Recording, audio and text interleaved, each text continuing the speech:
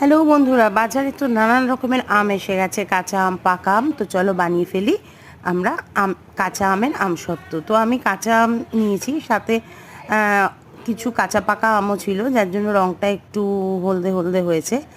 এবং আমটাকে আমি ভালো করে জলে সিদ্ধ করে নিয়ে সেই আমের পাল্পটাকে মিক্সিতে পেস্ট করে এরম একটা মিক্সচার তৈরি হয়েছে। এবং এর মধ্যে আমি একটু বিট নুন আর শুকনো লঙ্কার গুঁড়ো অ্যাড করেছি। এবং বিট নুন আর পাঁচফোড়নটা আমি তোমাদের দেখাতে পারিনি, সেটা ভিডিওতে নেওয়া হয়নি। আর এইবার বেশ কিছুক্ষণ নাড়াচাড়ার পরে আমি একটা থালায় অয়েল ব্রাশ করে এই আমের পাল্পের মিক্সচারটাকে আমি থালার মধ্যে ঢেলে নিলাম এবং একটুখানি ট্যাপ করে নিয়েছি যাতে কোনো বাবলস না থাকে ভেতরে। এবং তারপরে এটা ছাদে একদম কড়া রোদে শুকাতে দিয়েছিলাম এবং ঝুড়ি চাপা দিয়ে দিয়েছিলাম যাতে কাকে মুখে না দেয়।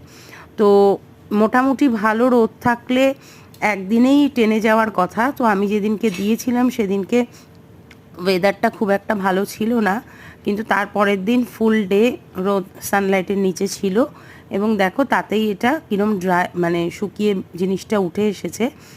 তো আমি একটা থালা কেটেছি এবং আরেকটা থালাকে পরের দিন আমি রোদে দিয়ে দিয়েছিলাম, কেন কি আমার আর তরসই ছিল না আমসত্ত্বটা খাওয়ার জন্য। একদম হোমমেড জিনিস, কোনো রকম প্রিজারভেটিভ আমি এখানে ইউজ করিনি। এবং এরপরে পছন্দ মতো শেপ করে কেটে নিয়েছি, নিয়ে এবার এটাকে সুন্দর স্ট্রিপ, পাতলা পাতলা স্ট্রিপ বার করে এটাকে রোল করে আমি ফ্রিজে রেখে দিয়েছিলাম। এবার খাওয়ার পালা। তো আমি প্রথমেই টেস্ট করিয়েছি আমার ছোট ছেলেকে দিয়ে। তো এবার ওর রিয়াকশানটা দেখার পালা কেমন হয়েছে।